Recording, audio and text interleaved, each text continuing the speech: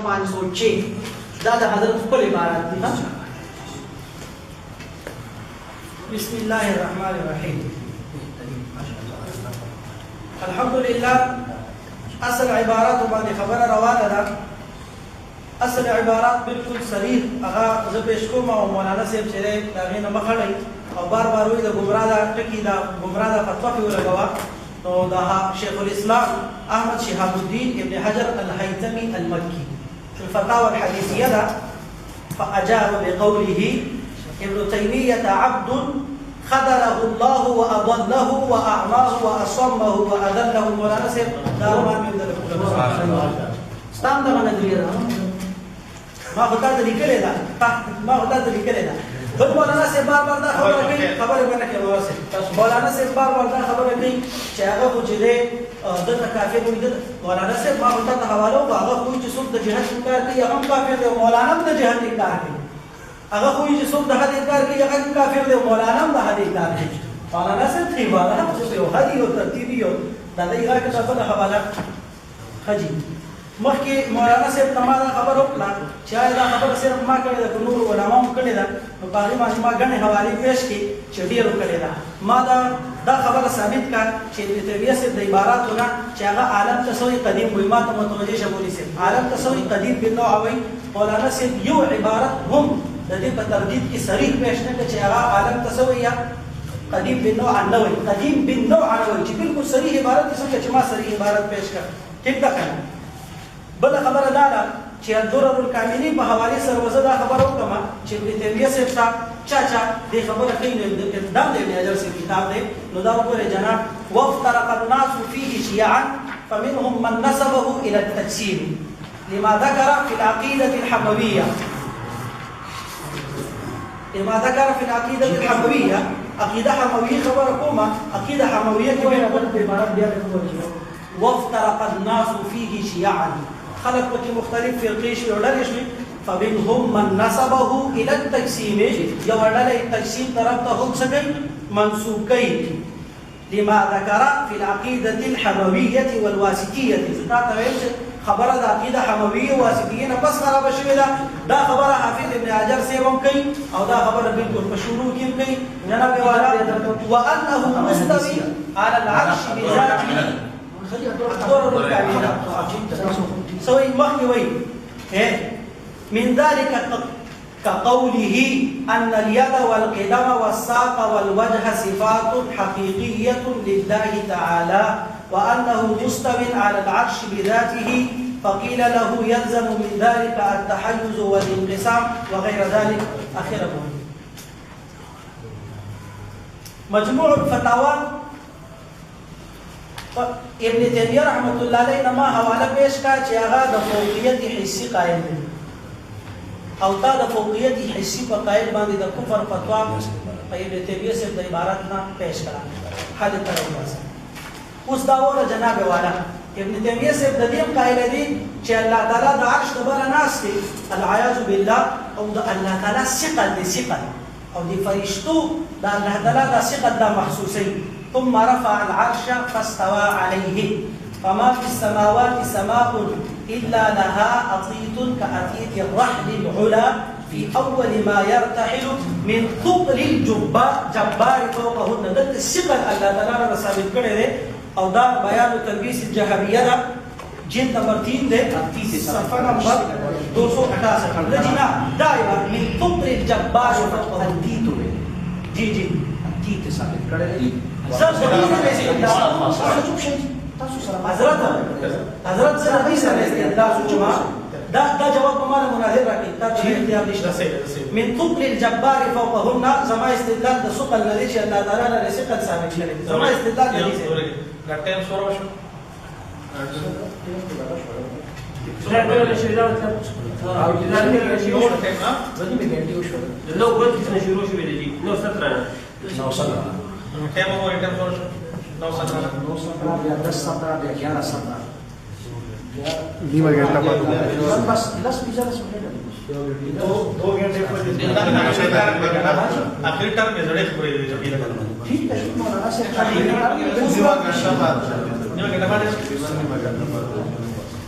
Zara dulu ke di beranda orang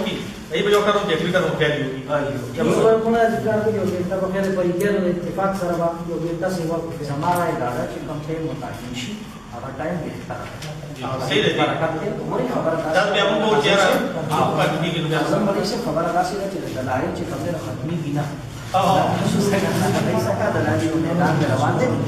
خبره راشي چې کوم ټایم مقرر شوی دی هغه کې 15 منټه د ماته پاتې دي سمره مې ته 10 9 45 किलो वाले 45 12 17 نیمه घंटे पर 12 17 जी نیمه घंटा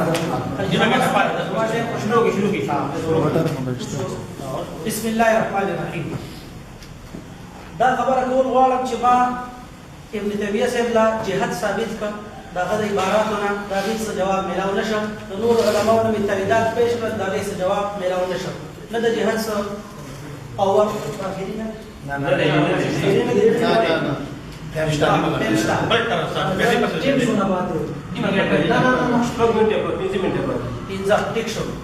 زه داسې خبره کوم ان شاء الله عبارات ډېر عبارات نورم پیش کوم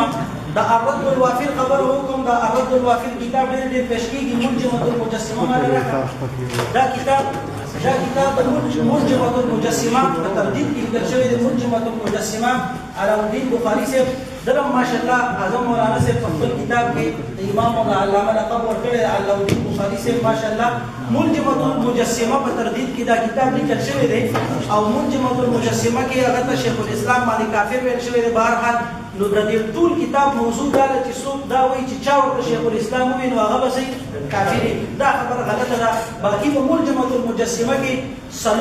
څلور اعتراضات شوي دي په مسله د اسماء او د صفات کې په ابن تیمیه صاحب باندې په دې پوره کتاب کې دی مولانا اعظم صاحب ماته د اسماء او د صفات متعلق د یو عبارت حل پیش کړی یو دا منجمه د پوره کتاب کې د یو عبارت حل پیش کړي چې په هغه کې د حل پیش شوي دي پوره کتاب کې د یو عبارت اوس برازو د جسم حوالو ته ابن تیمیه صاحب رحمت الله علیه وایي چې اطلاق د جسم دا الله تعالی باندې د جایز ګرځېدو لپاره هغه مختلف کارونه کړي خو بهرحال عبارت وایي واما ما ذكر من لفظ الجسم وما يتبع ذلك فان هذا اللفظ لم ينطق به في صفات الله لا كتاب ولا سنه لا نفيا ولا اثباتا ولا تكلم به احد من الصحابه والتابعين وتابعيهم دوی چې د الله تعالی نه د جسم منفي کول په دې باندې قران حديث صحابه تابعین چم چې دې خبره نه کړي الله تعالی نه جسم منفي کېدو باندې بیا وایي ثم لفظ التجسيم لا يوجد في كلامه ثم لفظ التجسيم لا يوجد في كلام احد من السلف لا نفيا ولا اثباتا مولانا متوجه شاب فكيف يحل ان يقال مذهب السلف نفي التجسيم او اثباته دا خبره کول غلط دي چې د سلف مذهب دار چې الله نه جسم نفي کی او یا چې د جسم ثابت کی بلا ذکر لذلك اللفظ ولا لمعناه عنه قال دا کتاب چې مجموع الفتاوى لغا دریم عبارت پیش کومه دا موافقه صحیح المنقول لصریح المنقول لا دې کې دا فرمایي فانه دا آیات یادای وقت دې آیات باندې استدلال کړو ليس كمثله شيء وكذلك قوله ليس كمثله شيء وهو السميع البصير وقوله هل تعلم له سميا ونحو ذلك فانه لا يدل على نفي الصفات بوجه من الوجوه فيوجه سلام بل وعلى نفي ما يسميه اهل الاصطلاح جسما بوجه من الوجوه جسم د تایید لپاره ډېر حواله ذکر کړي حضرت ابن تیمیه صاحب چې کوم جسم نفي کوي کنه حضرت چې عبارت پیش کړل نو هغه کوم جسم نفي کوي په خپل وایي چې اصل عبارت پیش کوم پلانې دا وي ډیګري دا وي د سرکار نشته جلد نمبر 4 بیان تلبیس الجهلیه فرمایي لان الاجسام نوعان اجوف ومصمت منها اجوف ومنها مثبت فالحجر ونحوه مثبت قالوا وهذا يقتضي انه جسم مثبت لا جوف له نو یو اجوب جسم ده یو مثبت ته یو الله نه ثابت ته او منفي ده العیاذ بالله بیا وی دا کتاب د بیان تلبیس الجهمیه جلد صفحه نمبر 373 دا تقریبا 18 نمبر عبارت پیش کوم وليس في كتاب الله ولا سنه رسوله ولا قول احد من سلف الامه وائمتها انه ليس بجسم وان صفاته ليست اجساما واعراضا ودي مستدلل نشته چې الله صفات اجسام او اعراض نه دي العیاذ بالله بیا مخکې معنا د جسم ثابت ده فنفي المعاني الثابته بالشرع والعقل بنفي الفاظ لم ينفي معناها شرع ولا عقل جهل وضلال ولا نسي دا خبره کوي چې کومه معنا د جسم په شرع او عقل سره ثابت ده او ته دا غي نفي کې وې دا جهالت او گمراهي ده نو رست نفي کې کنه کې جهالت او گمراهي کوي هغه ورته نه ورته را قبل غلط ټیم ورس او دا استدلالات چې دا سره موږ نه دي کړي دا نور ډېر غړو حضرات کړي د ترکیب په حواله سره یو قول کې بیان تلبیس الجهمیه جلد 3 صفحه نمبر 440 کې چې الله تعالی لپاره ترکیب هم شته وإن قال أريد أن ما في هذه الجهة منه غير ما في هذه الجهة كما نقول أن الشمس منقسمة يعني أن حاجبها الأيمن غير حاجب الأيسر والفلك منقسم بمعنى بهرحال دا یو لوی عبارت دی په دې کې دا خبره کوي چې الله تعالی لپاره جسم کو د ترکیب کول صحیح دی او اجزاء د جسم قائل دی روا علامہ العقیدۃ السماویہ کے اندر استدلال ذکر شوی ہے بیان تلبیس الجہمیہ میں لکھتے ہیں کہ جسم کی دو قسمیں ہیں ایک وہ جو اندر سے کوکھلا ہوتا ہے میں عبارت پیش کو جیسے ہڈی اور مولانا سے توجہ کا وہ جسم دو قسم لگی ایک وہ ہے جو اندر سے کوکھلا ہوتا ہے جیسے ہڈی اور دوسرا وہ ہے جو سخت اور ٹوس ہوتا ہے جیسے پتھر اللہ تعالیٰ کا جسم ٹوس ہے العیاذ باللہ جس کی وجہ سے اس کے اجزاء متفرق نہیں ہو سکتے اصل عبارت میں ما پیش کا رشتہ بنوعالی اصل عبارت پیش کا منی عبارت تاسو دا الدر الکامنین اور دا الدر الکامنین مبارک کشف الظنون کے مولانا سے دا کشف الظنون دے جلد نمبر 1 دخام اور صفحہ نمبر 572 تھا دا الدر الکامنین مبارک حاجی خلیفہ سے فرمائی وی انہو فرغ منہم فی شہور سنتا وی ابن حجر صاحب چې د دینه فارغ شوی دی په کال د 830 کې 30 و 800 په 830 کې د فارغ شوی دی مولانا صاحب مسو کې ګورتا په 830 کې حضرت د الدر الکامنی مولانا واجی د الدر الکامنی حواله تاسو ورکړه د ابن حجر صاحب حضرت فرمایي چې په 830 کې د فارغ شوی دی امام حافظ ابن حجر اسقلانی سے 830 کے مولانا سے او دا کتاب چې په الرد الوافر باندې چې تقریز کړي دي کنه مولانا سے انو په دې کړي دي په 835 کې وګوره لاندې لیکلي دي ښا وی عام 35 و 35 سونه شو مولانا صاحب مولانا صاحب 35 سونه شو 35 شو او و 800 سونه شو 800 شخا نو 835 کې مولانا صاحب دا تقریر او ته په رد الوافر کې داسې عبارت نشته د تشبیه او د غشن د تجسیم او د رنګ د صفاتو متعلق حضرت رد کړی دی په دې کې په رد الوافر کې نو 835 کې کړی دی دا رد حضرت په 835 کې کړی تا حواله چې مرا کړه هغه د 830 وا هغه مخکنه حواله ده دا رستنه حواله ده مولانا صاحب نوې حواله صدا نوې حواله ده له حضرت وهذه تصانیف مولانا وهذه تصانيف تافهة بالرد على من يقول بالتجسيم واذا حضرت ابن تیمیہ سے ټول پټولا عبارات چې دي هغه ډک وي کتابونه ډک پراته دي د خبرې نه چې په تجسیم باندې رد کړی دی مولانا صاحب لغون ته د الدر الکاملین تاریخ په لغون ته وګوره چې هغه نه کله فارغ شوی دی د تقریز تاریخ وګوره چې د تقریز نه حضرت کله فارغ شوی دی بل دویم نمبر حواله تا پیش کړه مولانا صاحب دا الفتاوى الحدیثیه دې ته وګوره مولانا صاحب په الفتاوى الحدیثیه کې حضرت صاحب 159 نمبر صفحه باندې فرمایي 159 وقال بعضهم حضرت وقال بعضهم يوي او فإن صح يوي رستو درې څلور کړه پاسو په در سره نور حواله وګوره مولانا صاحب وای بعضهم دې بعد خلق ہوئے پتہ دین دا ولګیدا چې هیتمی صاحب د علامہ ابن تیمیہ سے خپل نظریات نو کتلې ځکه هو قال بعضهم ہوئے دا رنګ فإن صح عنه ہوئے فإن صح عنه کو چې دا نسبت هغه ټیک وي او بعد خلق دا خبر وکړه مولانا صاحب د دین پتہ دا ولګیدا چې فتاوا حدیثیه کې چې ابن حجر هیتمی صاحب نو ابن حجر هیثمی چې کوم خبره کړې ده المتوفى 974 نو هغه داسې طریقه کړې ده چې هغه ابن تیمیہ صاحب د کتابونو خپل نو کتلې ځکه خو بعضو هم وي یو خبره شو د فتاوا حدیثیه متعلق چې ابن حجر هیتمی رحمت الله علیه د علامه ابن تیمیه رحمت الله علیه کتابونه په خپل نو غتل یو حواله مې ته پیش کړه. دویم نمبر حواله دا دارالعلوم دیوبند دی، دا کتاب دی په دې باندې د ابو الحسن ندوی صاحب د اغي تقدیم دی او د تقی عثماني صاحب شیخ الاسلام حواله ده زدی ماره درغوم دی ماره مولانا بلال درویش صاحب تقی عثماني صاحب ستا د استاد دی او ممکنه کیږي چې تاسو خپل سبق ویلي ستا د استاد دی تقی عثماني صاحب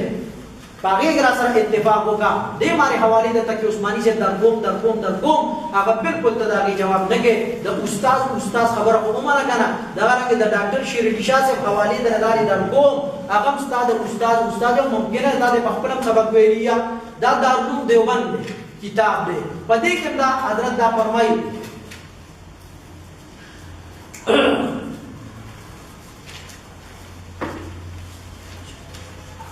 وقرأت وكل ما جاء من خبر ابن تيمية وآراء وأفكاره إنما جاء بواسطة الشيخ أحمد بن حجر المكي الذي ما اطلع على كتب الشيخ بنفسه فأقبل كتابنا نو كتلي دو حوالے میں در مولانا صاحب دے خبر در کړي. دریم نمبر حواله تاریخ دعوت عظیمت دا ابو الحسن ندوی صاحب حضرت فرمائی کہ لیکن اسی فتوے سے حضرت پر تاریخ دعوت عظیمت صفحہ 150 باندې فرمائی لیکن اسی فتوے کی عبارت سے معلوم ہوتا ہے کہ خود علامہ ابن حجر نے ابن تیمیہ کی کتابیں نہیں پڑھی تھی حضرت دا کتابونه وګورا چې ابن حجر هیتمی فتوا لګئی نو هغه په خپل باندې فرمایي حضرت سے پخپل فرمائی ابو الحسن ندوی سے ہو کہ پخپل دا کتابونه نو کتلې. ها دا وګورئ دا ما یو خبر ورکړل چې دا ډاکټر شریف شاه صاحب رحمه الله دا کتاب چې دا د هغې په حیات کې چاپ شوی دی او هغې په سر کې تقریض هم داري لیکلی دی حضرت دا وګوره ډاکټر شریف شاه صاحب حرف دعا یې لیکلی دی باقاعده ډېرې ښکلې خبرې به یې کړي دي. په دې کې حضرت فرمایي وہی چھے اس عبارت سے یہ بات معلوم ہوئی پورا عبارت نے کہوئے چھے دیتا ہوئے اس عبارت سے یہ بات معلوم ہوئی کہ ان کا مسلک اس بات میں بعینی وہ ہے جو جمہور سلف کا ہے. مولانا جو جمهور سلف کا ہے د صفات متعلق بحث فرمائی عمدہ خبر جدا د صفات خبرداری شروع دا صفحہ نمبر 166 در سروی او گنی در سرنو خیر دا کتاب واخلا وی گورا چې یوازې د مفتی تقی عثماني سے دا رائے نه دا یوازې د نور علماء دا رائے نه دا بلکہ ډاکټر شریف شاه سے رحمه الله چې دا استاد زما اون استاد دی تقی عثماني سے حفظه الله زما د استاد دی ستام مولانا د استاد دی راځه چې په تقی عثماني سے باندې اتفاق وکړو راځه چې په ډاکټر شریف شاه سے باندې اتفاق وکړو زما استاد مسله په آسان باندې حل کیږي. وګوره په مقالات عثماني کې بیا حضرت سے فرمایي مذهبونه جوړ کړی دي سلور مذهبونه جوړ کړی دي وایي چې امام حافظ ابن تیمیہ اور ان کے شاگرد رشید علامہ حافظ ابن قیم رحمهم اللہ کا رجحان بھی اسی طرف ہے اور دا روایت چې کوم دا مسلک چې دی دا دویم مذهب دی د اهل سنت مذهب جوړ کړی دی. وګوره مقالات عثماني دی صفحه نمبر 72 زه ته مولانا صاحب زمونږ سلف صالحینو چې د ابن تیمیہ صاحب عبارات په کومې طریقې باندې مطالعه کړي دي او کتلي دي او دا څنګه یوازې فیصله نه کوي راکته سفر در سفر. وګوره حضرت سے فرمایي تقی عثماني سے حفظه الله فرمایي چې یوازې دا څنګه چې داسې اٹکل فیصله نه کومه وګوره وي لیکن واقعہ یہ ہے کہ اس سلسلے میں ان کی متنوع تحریروں کے مطالعے کے بعد ہوتے ہوئے حضرت اگر کتابوں و تنیر رسید لے زیب اگر مطالعے کے بعد کم از کم میں یہ سمجھتا ہوں کہ ان کی تعبیر ممکن ہے لاغی کو پرک دا جہد پا پارکے دا استواء پا پارکے خبر گئی حضرت ہوئی چی لاغی تعبیر ممکن دوے کا اور ان کی بنا پر انہیں براہ راست مشبہہ یا مجسمہ میں شامل کرنا یا ان کو قدم عالم کا قائل سمجھنا درست نہیں حضرت سے وہ دا وګوروتا سفر در سفر دے صفحہ نمبر 99 دا وګوروتا حضرت سے پتا و پریجیہ تاسو وقت پیش کړه نو حضرت سے نا د مفتی فرید سے رحمه الله نا تپوس شوی د ابن تیمیہ سے مبارکي د ابن بطوطه سے چې کوم هغه واقعا ده بطوطه سے چې کوم هغه واقعا ده چې هغه د منبر نه راکوس شو او وی فرمایل داسې داسې وې چې الله تعالی داسې نزول کی لکه څنګه چې زه نزول کوم د هغې په باره کې د مفتي صاحب نه تپوس شوی فتاوا پر انڈیا جلد نمبر 1 صفحہ 507 باندې حضرت فرمائی دیگر اس واقعے کی وجہ سے اس کو مجسمہ سے شمار کرنا درست نہیں حضرتو دا وګوره صفحہ نمبر 507 دا په ټول پوره وي پورا سوال جواب پوره وي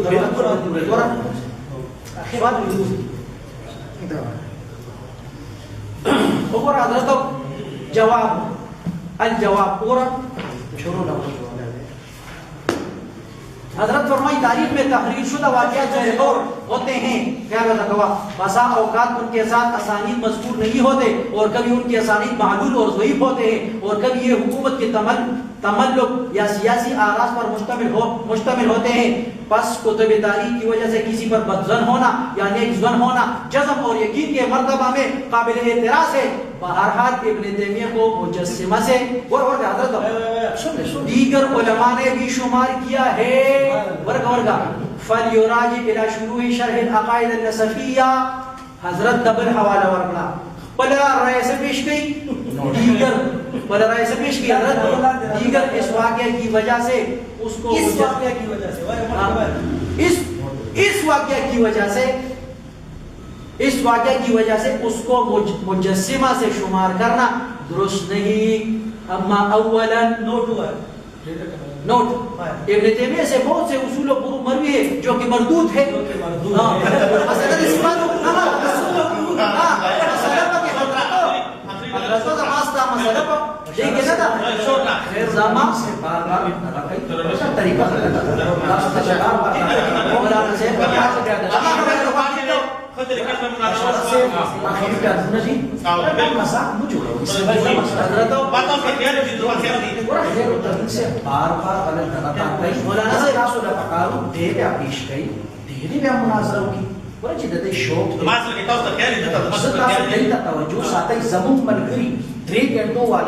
دین کے دواروں کی یو کس خبر کړی دا بالکل دا ټول ملګری ناس